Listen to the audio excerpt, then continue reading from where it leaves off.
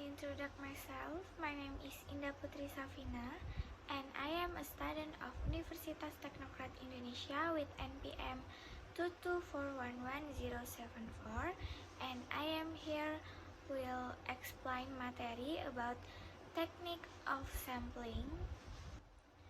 Oke, yang pertama ada pengertiannya.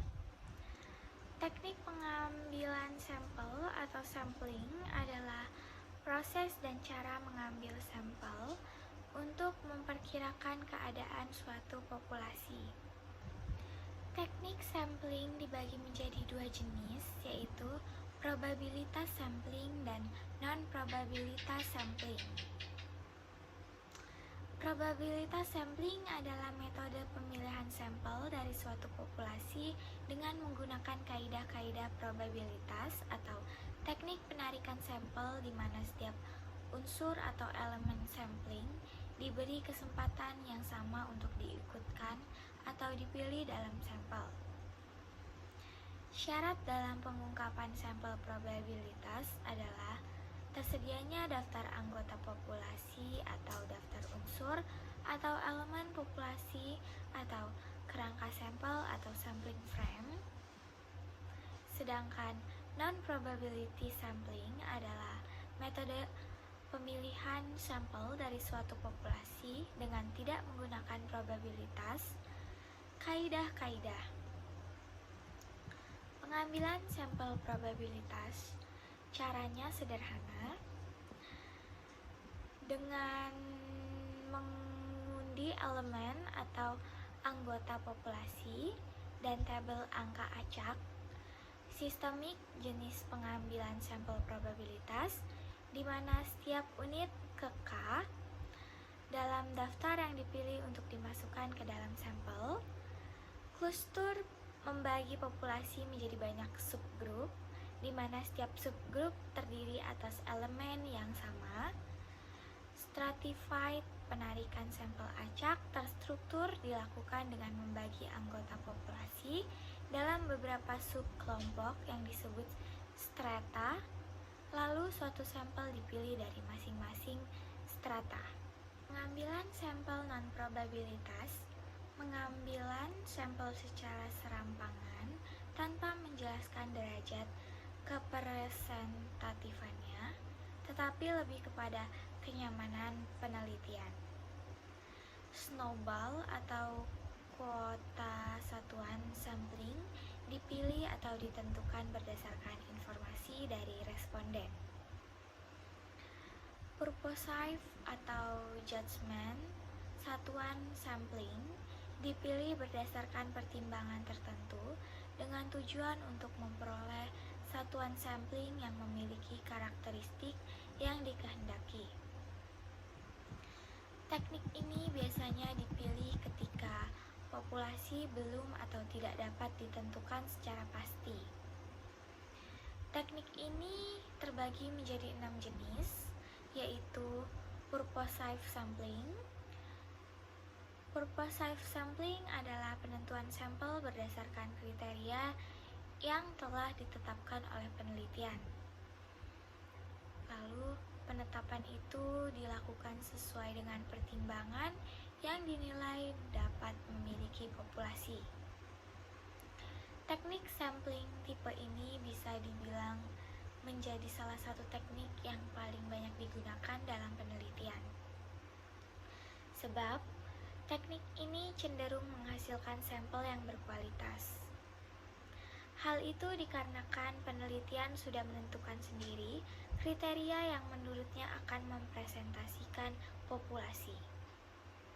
Kelebihan dari metode ini adalah tujuan dari penelitian akan lebih terarah.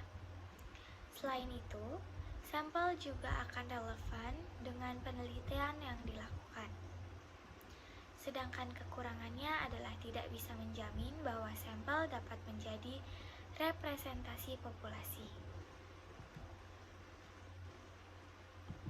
Lalu snowball sampling. Snowball sampling juga dikenal dengan teknik bola salju. Teknik pengambilan sampel ini dilakukan dengan cara wawancara kepada sampel pertama untuk mengambil mengambil sampel berikutnya dan secara terus-menerus hingga kebutuhan sampel dapat terpenuhi seperti bola salju yang akan terus membesar juga menggelinding dari atas ke bawah. Teknik ini cocok untuk penelitian yang membutuhkan privasi yang tinggi, misalnya pada kelompok-kelompok seperti penderita HIV, penyintas kekerasan seksual, dan lain sebagainya. Accidental sampling adalah teknik pengambilan sampel yang sifatnya lebih insidental. Jadi, sampel yang diambil sesuai dengan orang yang memang kebetulan ditemui oleh peneliti. Jadi, misalnya, penelitian terhadap kepuasan konsumen. Peneliti bisa menunggu pembeli untuk dijadikan sebagai sampel penelitian. Namun, teknik pengambilan sampel jenis ini memiliki kekurangan, yaitu berpotensi membutuhkan waktu yang lebih lama dan responden yang didapat memiliki karakteristik yang bersifat acak.